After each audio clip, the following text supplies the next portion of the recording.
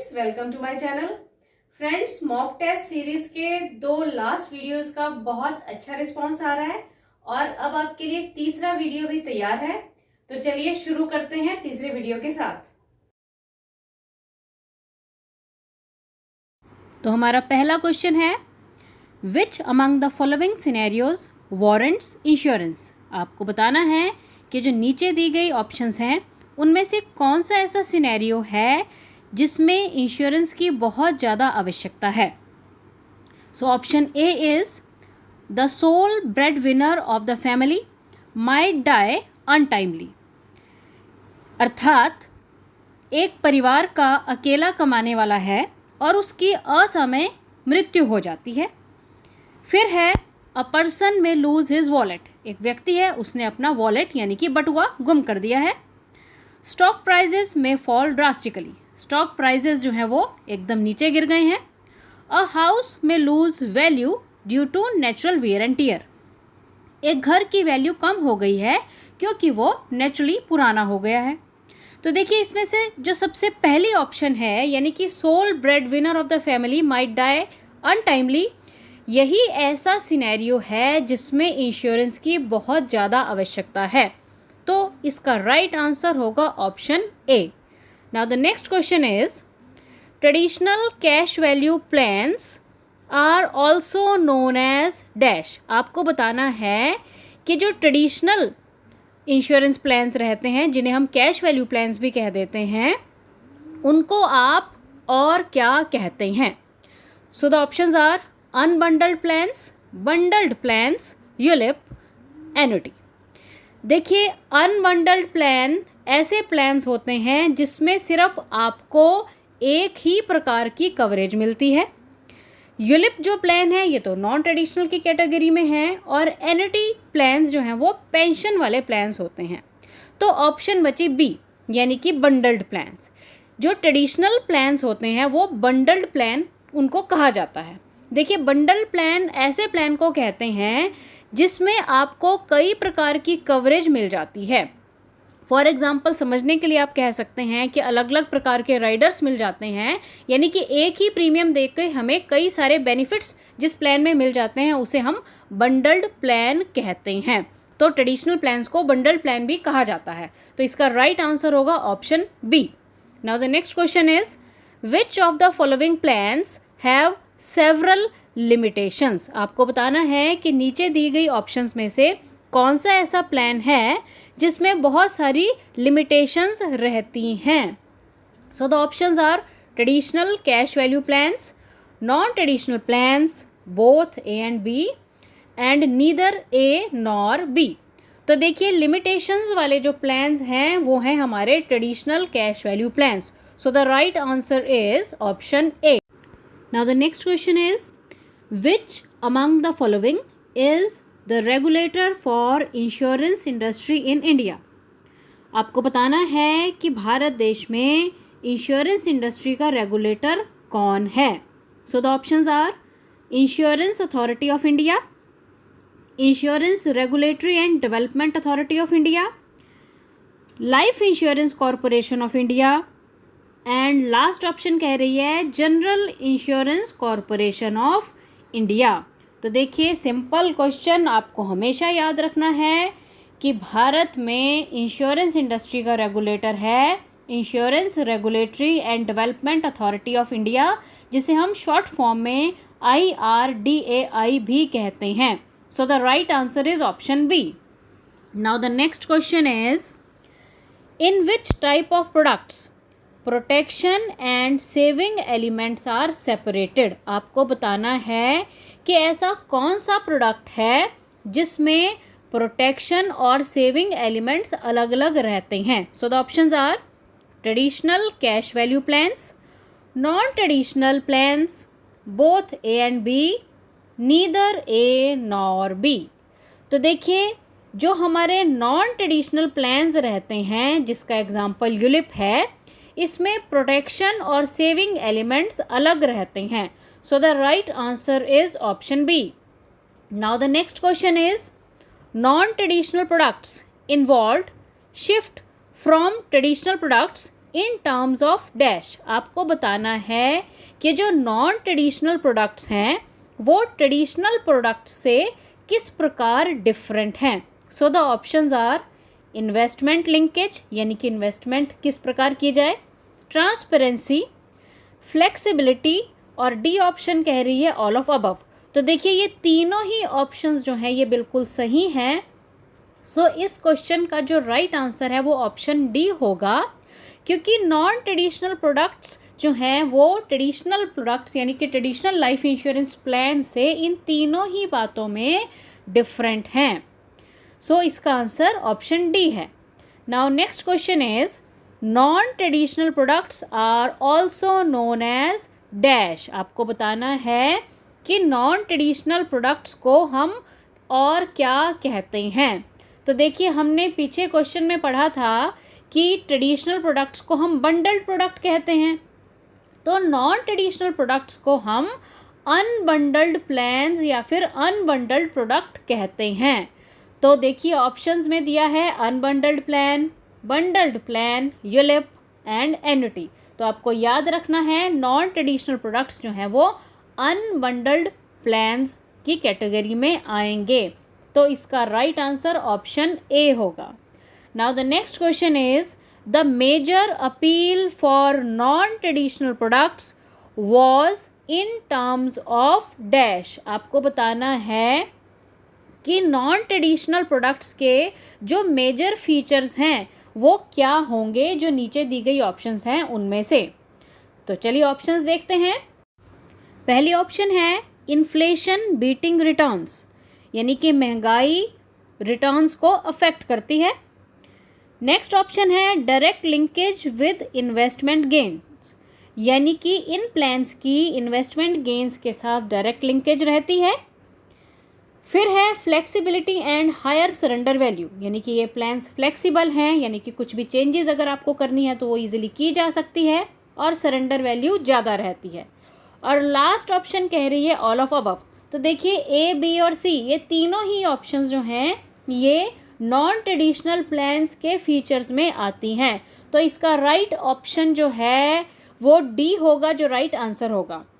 Now the next question is which was the major motive for people going for non traditional products. आपको बताना है कि जो लोग नॉन ट्रेडिशनल इंश्योरेंस प्लान्स खरीदना चाहते हैं उनका मेन मोटिव क्या होता है, उनका मेन मकसद क्या रहता है। तो पहली ऑप्शन है फ्लेक्सिबिलिटी, यानी कि ये जो प्लान्स हैं नॉन ट्रेडिशनल ये फ्लेक्सिबल होते हैं। आप इनमें जो अपने हिसाब से जो चेंजेस हैं जो कि कंपनी आपको अलाउ करती है वो चेंजेस इनमें ईजिली किए जा सकते हैं। सेकंड ऑप्शन है वेल्थ एक्यूमुलेशन, यानी कि पैसा इकट्ठा होता है इन प्लान्स में। थर्ड ऑप्शन है ट्रांसपेरेंसी, यानी कि ट्रांसपेरेंसी रहती है, आपको पता चलता है कि कितने चार्जेस कहाँ पर लगेंगे। तो देखिए ये तीनों ही ऑप्शंस जो हैं ये बिल्कुल सही हैं, जो कि नॉन ट्रेडिशनल प्रोडक्ट के बारे में बता रही हैं। तो इसका जो राइट आंसर होगा वो ऑप्शन डी होगा, that is all of above. Now next question is as per IRDAI all universal life products are known as dash. आपको बताना है कि IRDAI के हिसाब से जितने भी यूनिवर्सल लाइफ प्रोडक्ट्स हैं उनको क्या कहा जाता है। So the options are ULIP plans, variable insurance products, both and none. तो देखिए यूनिवर्सल लाइफ प्रोडक्ट्स को वेरिएबल इंश्योरेंस प्रोडक्ट भी कहा जाता है, तो इसका जो राइट आंसर होगा वो ऑप्शन बी होगा। Now the next question is universal life insurance is characterized by. जो यूनिवर्सल लाइफ इंश्योरेंस है आपको उसके फीचर्स बताने हैं। तो देखिए पढ़ते हैं क्या हैं ऑप्शंस। फ्लेक्सिबल प्रीमियम्स हैं इसमें, बिल्कुल सही बात है। फ्लेक्सिबल फेस अमाउंट है, ये भी बिल्कुल सही है। डेथ बेनिफिट भी मिलता है। और फोर्थ ऑप्शन यानी कि ऑप्शन डी कह रही है ऑल ऑफ अबव। तो देखिए ए, बी और सी ये तीनों ही जो हैं फीचर्स हैं यूनिवर्सल लाइफ इंश्योरेंस के, तो इसका जो राइट आंसर होगा वो ऑप्शन डी होगा, यानी कि all of above. Now the next question is in universal life products larger the size of premium dash the coverage provided and dash the policy cash value.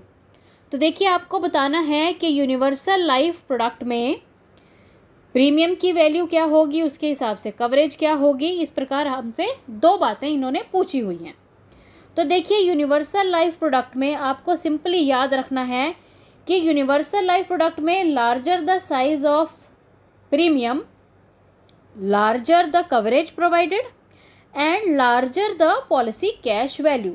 तो इसका right answer option D होगा, यानी कि दोनों ही fields में larger भरा जाएगा।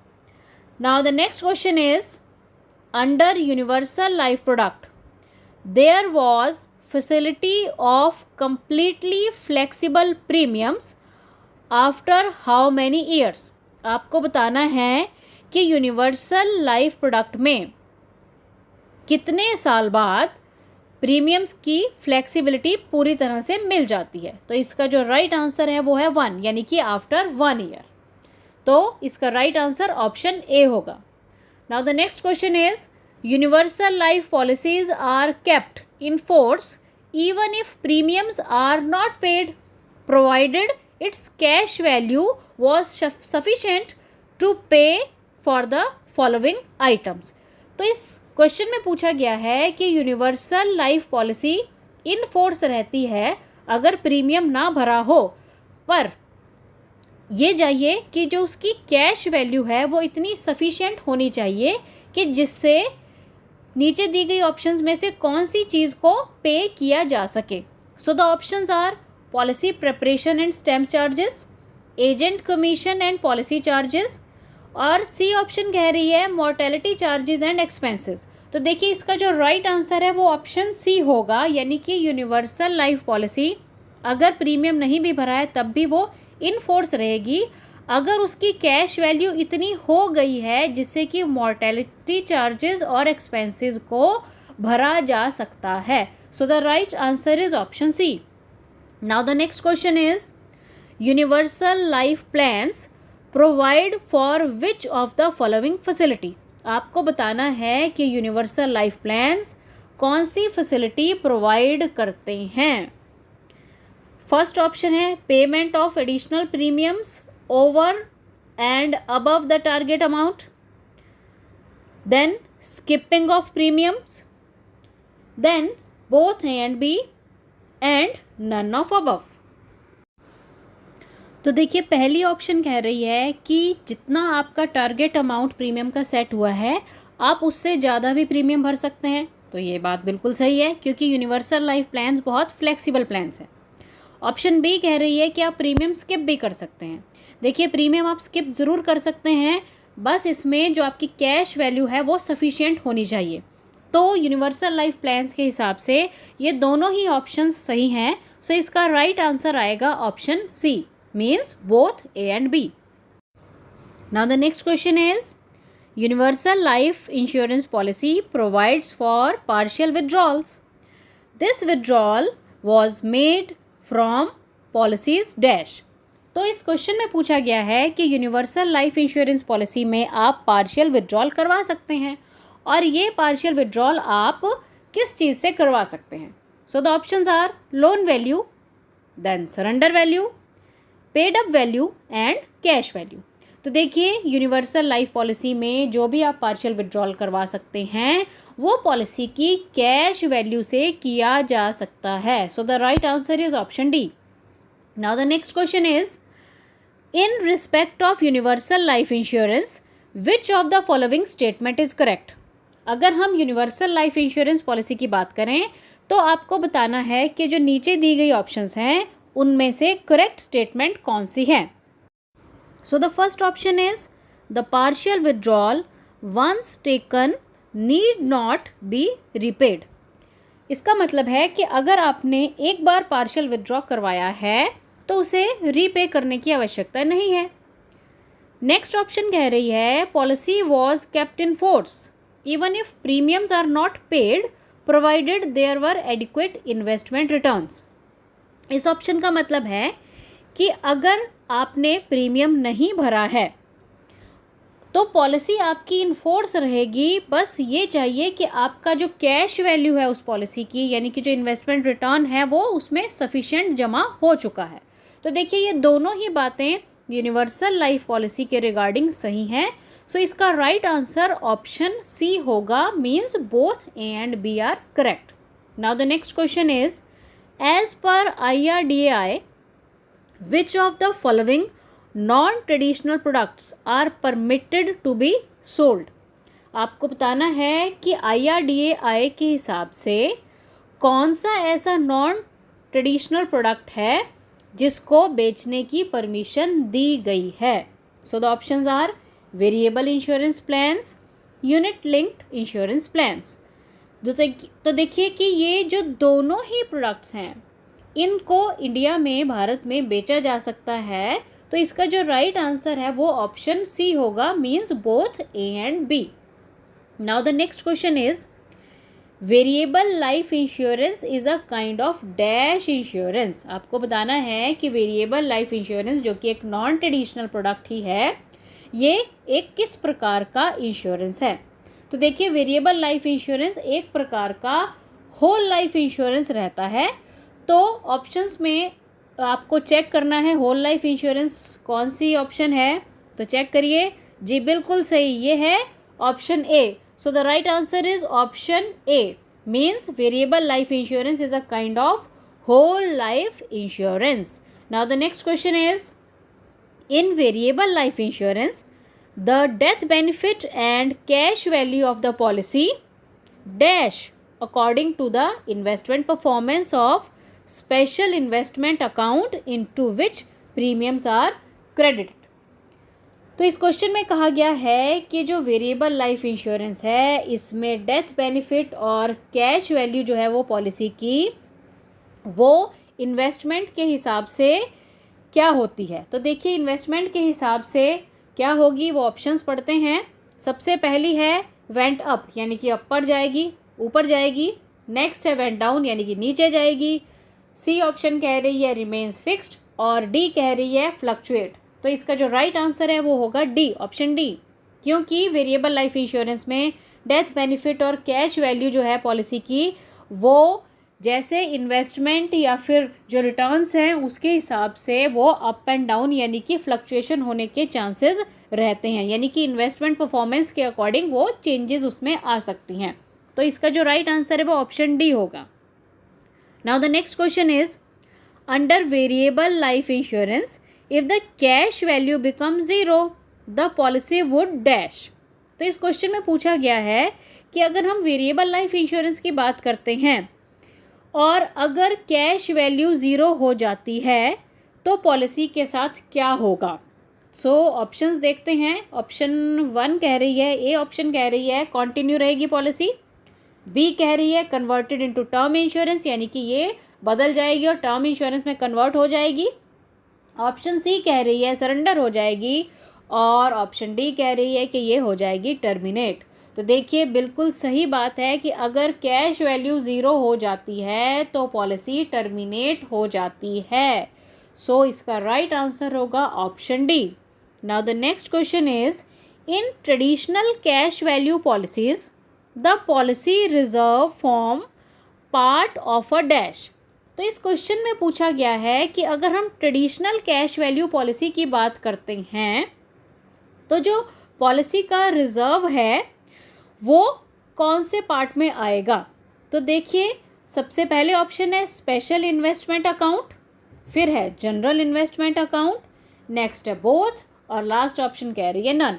तो देखिए अगर हम ट्रेडिशनल कैश वैल्यू पॉलिसीज़ यानी कि ट्रेडिशनल प्लान्स की अगर हम बात करते हैं तो जो भी पॉलिसी में रिजर्व होगा वो एक जनरल इन्वेस्टमेंट अकाउंट का ही पार्ट होगा। तो इसका जो राइट आंसर है वो है option B, means general investment account. Now the next question is, in variable insurance policies the policy reserve form part of a dash।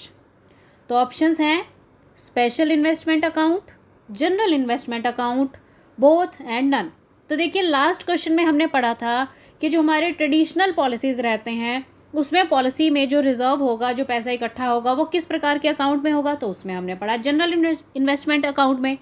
पर जो हमारी वेरिएबल इंश्योरेंस पॉलिसीज़ रहती हैं इसमें पॉलिसी में जो इकट्ठा पैसा होगा वो स्पेशल इन्वेस्टमेंट अकाउंट में जाएगा। तो इसका जो राइट आंसर है वो ऑप्शन ए होगा।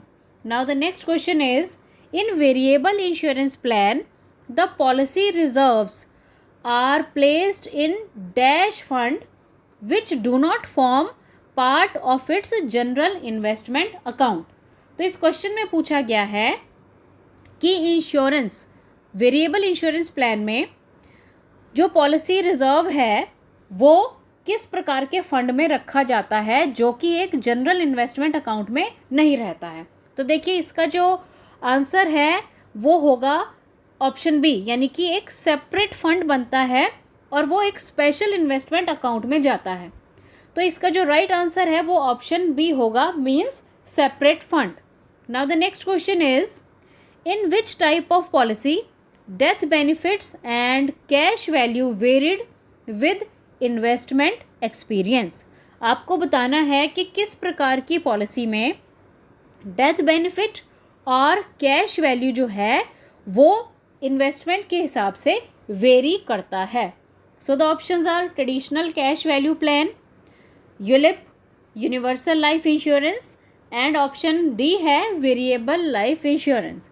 तो देखिए इस क्वेश्चन का जो राइट आंसर है वो होगा variable life insurance. Now the next question is, in respect of traditional plans which of the following statement is correct. आपको बताना है कि अगर हम ट्रेडिशनल प्लान्स की बात करें तो इनमें से कौन सी स्टेटमेंट जो है वो करेक्ट है। तो देखिए स्टेटमेंट्स को पढ़ते हैं। पहली स्टेटमेंट कह रही है, policy holders bonus depend on periodic valuation of assets and liabilities, यानी कि जो पॉलिसी होल्डर का बोनस है वो असेट्स और लायबिलिटीज़ की जो पीरियोडिक वैल्यू रहती है उस पर डिपेंड करेगा। नेक्स्ट ऑप्शन कह रही है, bonus did not directly reflect the value of assets of insurer, यानी कि जो बोनस है वो इंश्योरर की वैल्यू ऑफ असेट्स को डायरेक्टली रिफ्लेक्ट नहीं करता है। तो देखिए ये बिल्कुल दोनों ही बातें बिल्कुल सही हैं। पहली बात पॉलिसी होल्डर के बोनस के रिगार्डिंग बताई गई है, यानी कि पॉलिसी होल्डर का जो बोनस है वो उसकी असेट्स और लायबिलिटीज़ की वैल्यू पर डिपेंड करता है। और दूसरी बात में कहा गया है कि जो बोनस की वैल्यू है वो इंश्योरर की असेट्स को नहीं रिप्रेजेंट करता है। तो ये दोनों ही बातें सही है और इसका जो राइट आंसर होगा वो ऑप्शन सी होगा, means both correct. Now the next question is, in unit linked policies the benefits are determined by the dash of units credited to the policy holders account on the date on which payment is due. तो देखिए unit linked policies में जो भी benefit policy holder के account में जाएगा वो किस चीज़ पर डिपेंड करेगा। तो देखिए वो सीधी सी बात है कि वो डिपेंड करेगा यूनिट्स की वैल्यू पे, क्योंकि इस प्लान का नाम ही है यूनिट लिंक्ड प्लान। तो इसमें जो यूनिट्स की वैल्यू रहती है उसी के हिसाब से पॉलिसी होल्डर को जो पेमेंट है वो की जाती है। तो इसका जो राइट आंसर है वो ऑप्शन बी, यानी कि वैल्यू होगा। Now the next question is, units in the unit linked policy are purchased through the payment of a dash.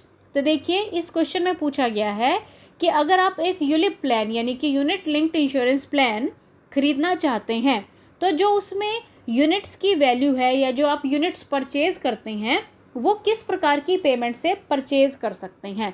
तो देखिए यूलिप प्लान को आप सिंगल प्रीमियम देकर भी परचेज कर सकते हैं या फिर ये रेगुलर प्रीमियम पेमेंट की ऑप्शन में भी आते हैं, यानी कि यूलिप प्लान आपको दोनों ही ऑप्शंस में मार्केट में मिल जाते हैं। सिंगल प्रीमियम वाले यूलिप प्लान भी हैं और रेगुलर प्रीमियम पेमेंट वाले यूलिप प्लान्स भी रहते हैं। तो इसका जो राइट आंसर है वो ऑप्शन सी होगा, यानी कि ईदर ए और बी, यानी कि चाहे तो आप सिंगल प्रीमियम वाले यूलिप प्लान को ले लीजिए या फिर आप रेगुलर प्रीमियम पेमेंट वाले यूलिप प्लान को भी खरीद सकते हैं। Now the next question is, name the deductions made from policy holder of a unit linked policy. आपको उस डिडक्शन का नाम बताना है जो कि पॉलिसी होल्डर से की जाती है अगर उसने एक यूलिप प्लान खरीदा है। तो देखिए इसमें है commission, then net asset value, then fund और ऑप्शन डी कह रही है चार्ज। तो देखिए सीधी सी बात है कि जो भी डिडक्शंस होंगी पॉलिसी होल्डर से उनको कहा जाता है चार्जेस। तो इसका जो राइट आंसर है वो ऑप्शन डी होगा। Now the next question is the value of units of a unit linked policy is termed as dash. आपको बताना है कि यूनिट लिंक्ड पॉलिसी में जो यूनिट्स की वैल्यू है उसे क्या कहा जाता है।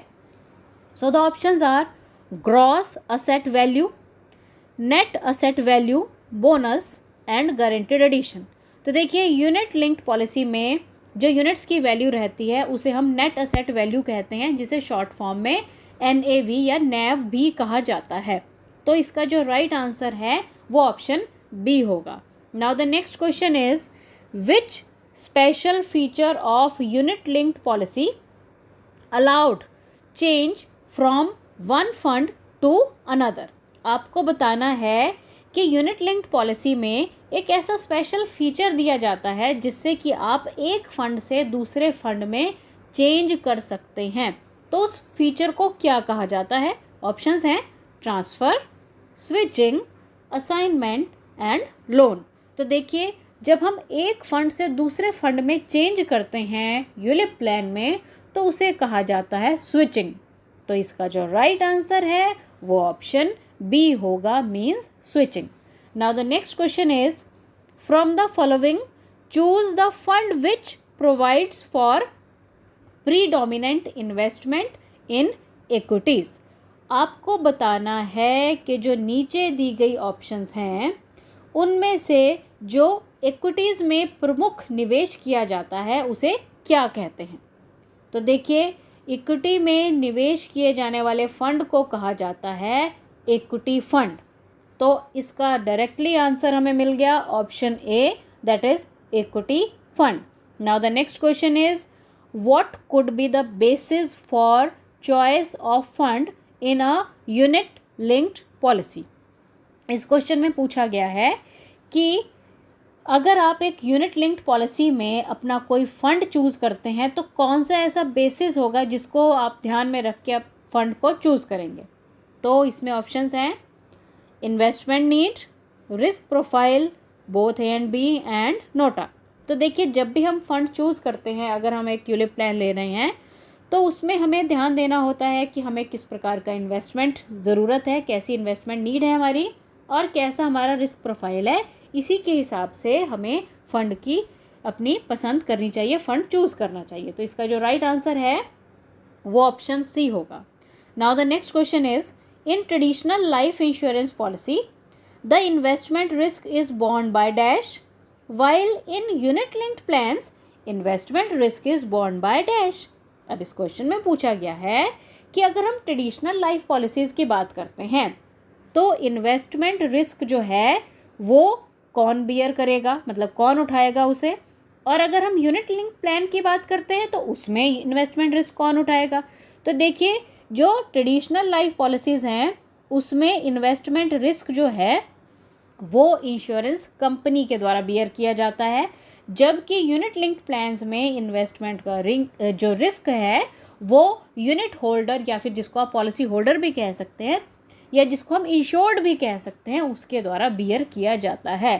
तो इसका जो राइट आंसर है वो ऑप्शन बी होगा। Now the next question is with regard to unit linked policy who bears the expense and mortality risk. देखिए इस क्वेश्चन में पूछा गया है कि अगर हम यूलिप प्लान की बात करते हैं तो जो मोर्टेलिटी रिस्क है या फिर जो खर्चे हैं वो कौन बियर करता है। तो देखिए लास्ट क्वेश्चन में पूछा गया था इन्वेस्टमेंट रिस्क के बारे में, पर इस क्वेश्चन में पूछा गया है मोर्टेलिटी रिस्क और एक्सपेंसेस यानी कि खर्चों के बारे में। तो यूनिट लिंक प्लान में एक्सपेंसेस या जो मोर्टेलिटी रिस्क हैं वो इंश्योरेंस कंपनी के द्वारा बियर किए जाते हैं, क्योंकि पॉलिसी होल्डर की लाइफ पर जो रिस्क बना रहेगा वो इंश्योरेंस कंपनी ही बियर करेगी। तो इस क्वेश्चन का जो राइट आंसर है वो ऑप्शन ए आएगा, that is insurance company. Now the next question is in unit linked policies the risk cover is multiple of dash.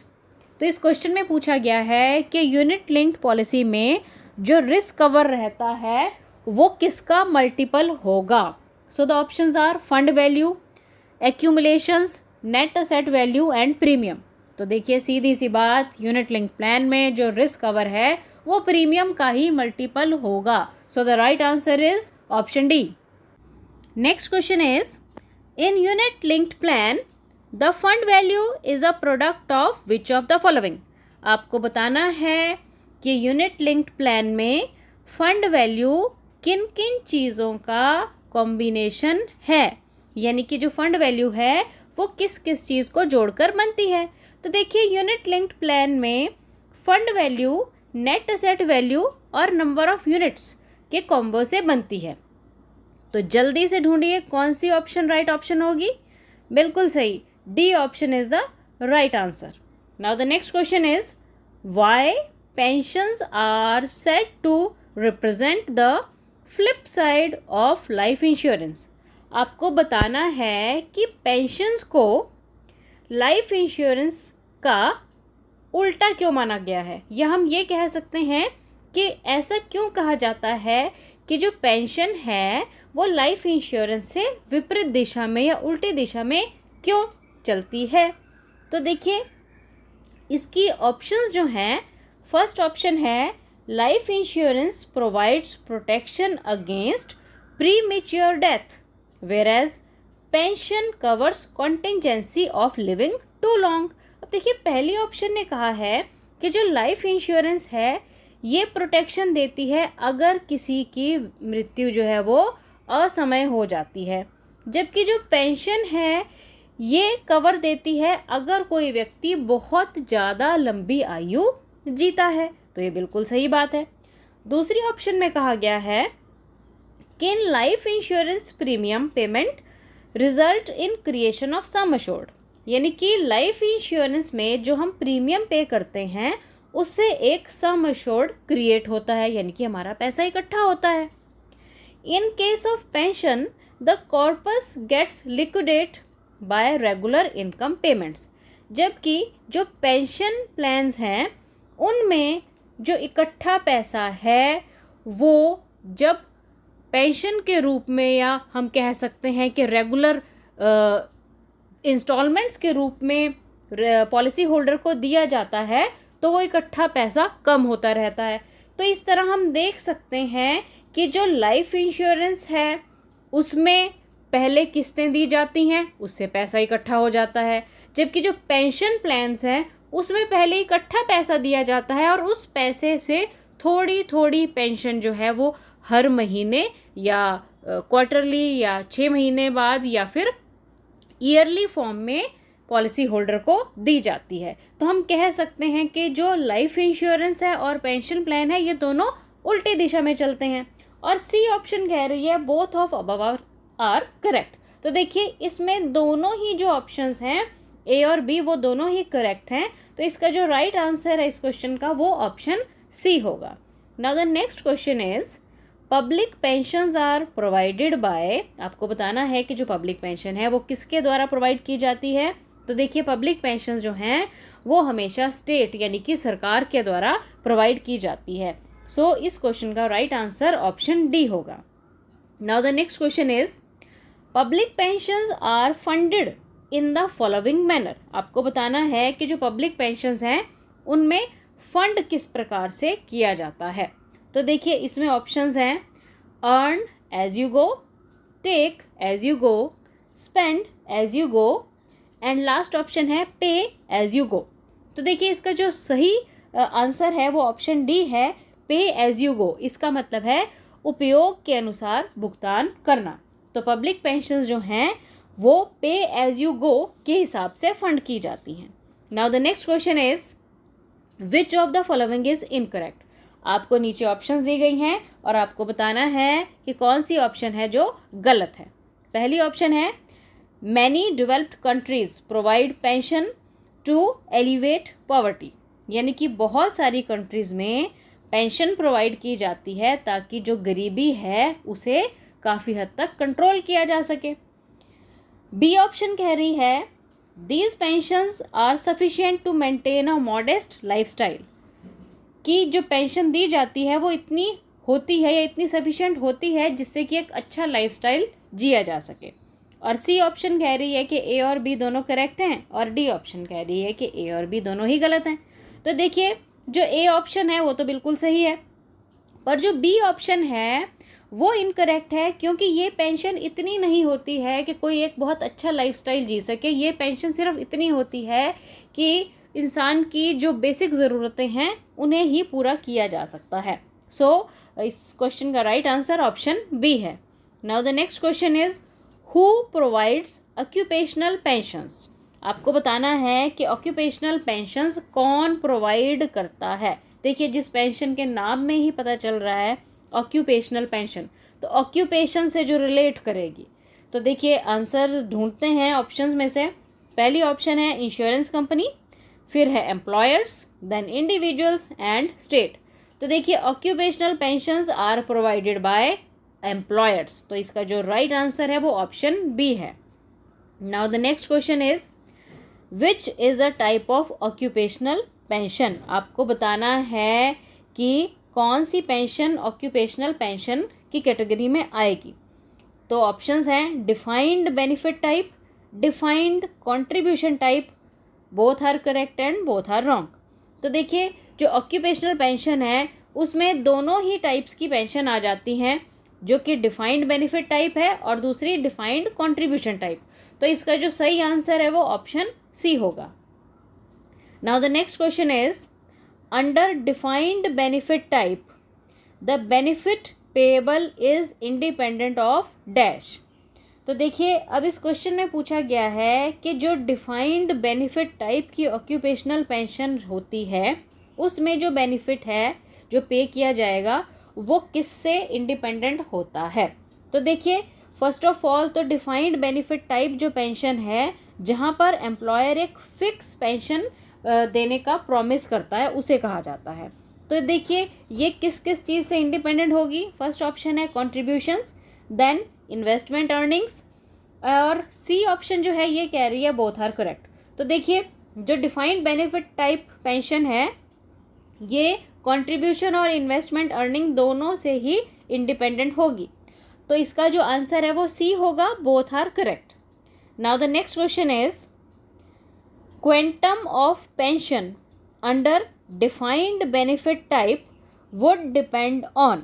तो आपको बताना है कि जो क्वेंटम ऑफ पेंशन है यानी कि जो अमाउंट ऑफ और या वैल्यू ऑफ पेंशन है डिफाइंड बेनिफिट टाइप पेंशन में वो किस पर डिपेंड करेगी।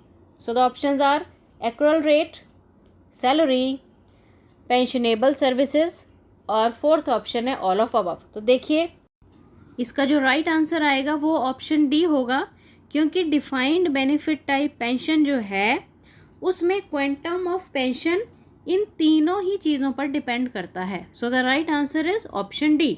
Now the next question is type of occupational pension scheme dash. तो आपको बताना है कि जो ऑक्यूपेशनल पेंशन स्कीम है उसमें नीचे दी गई ऑप्शंस में से क्या आएगा। So options are uninsured pension scheme, insured pension scheme and both are right. तो देखिए इसका जो सही आंसर है वो ऑप्शन सी है, क्योंकि जो ऑक्यूपेशनल पेंशन स्कीम है उसमें अनइंश्योर्ड पेंशन स्कीम और इंश्योर्ड पेंशन स्कीम दोनों ही आ जाती हैं। So the right answer is option C. Now the next question is a pension scheme in which the employer manages fund through a trust and pays pension through purchase of an annuity from life insurance company is called dash। तो देखिए इस question में पूछा गया है कि उस pension scheme को क्या कहते हैं जहाँ पर एम्प्लॉयर जो है वो एक फ़ंड क्रिएट करता है ट्रस्ट के थ्रू, और जो पेंशन है वो पे करता है लाइफ इंश्योरेंस कंपनी से एन्युटी परचेज करने के बाद। तो ऐसी स्कीम को क्या कहा जाता है। तो देखिए ऐसी स्कीम को कहते हैं अनइंश्योर्ड पेंशन स्कीम। तो इसका जो राइट आंसर है वो ऑप्शन ए होगा। Now the next question is a pension scheme in which the funds are managed by the insurance company is called as dash. आपको बताना है उस पेंशन स्कीम का नाम जहाँ पर सारे फंड्स जो हैं वो इंश्योरेंस कंपनी के द्वारा मैनेज किए जाते हैं। So the right answer is insured pension scheme. तो इस क्वेश्चन का जो राइट आंसर है वो ऑप्शन बी होगा। Now the next question is which type of occupational pension has fallen into trouble in recent times. इस क्वेश्चन में पूछा गया है कि कौन सी ऐसी ऑक्यूपेशनल पेंशन स्कीम है जिसमें कुछ प्रॉब्लम्स आई हैं पिछले समय में, तो उसका नाम है डिफाइंड बेनिफिट टाइप। तो इसका जो राइट आंसर है वो ऑप्शन ए होगा। Now the next question is employers throughout the world has migrated from dash to dash in the recent times. अब इस क्वेश्चन में पूछा गया है कि जो एम्प्लॉयर्स हैं पूरे वर्ल्ड में, उन्होंने एक पेंशन स्कीम से दूसरी पेंशन स्कीम में माइग्रेट किया है और आपको उसका नाम बताना है। तो देखिए, जितने भी वर्ल्ड वाइड एम्प्लॉयर्स हैं उन सभी ने डिफाइंड बेनिफिट टाइप से defined contribution type of pension scheme में माइग्रेट कर लिया है। तो इस क्वेश्चन का राइट आंसर जो है वो बी है। So the right answer is option B.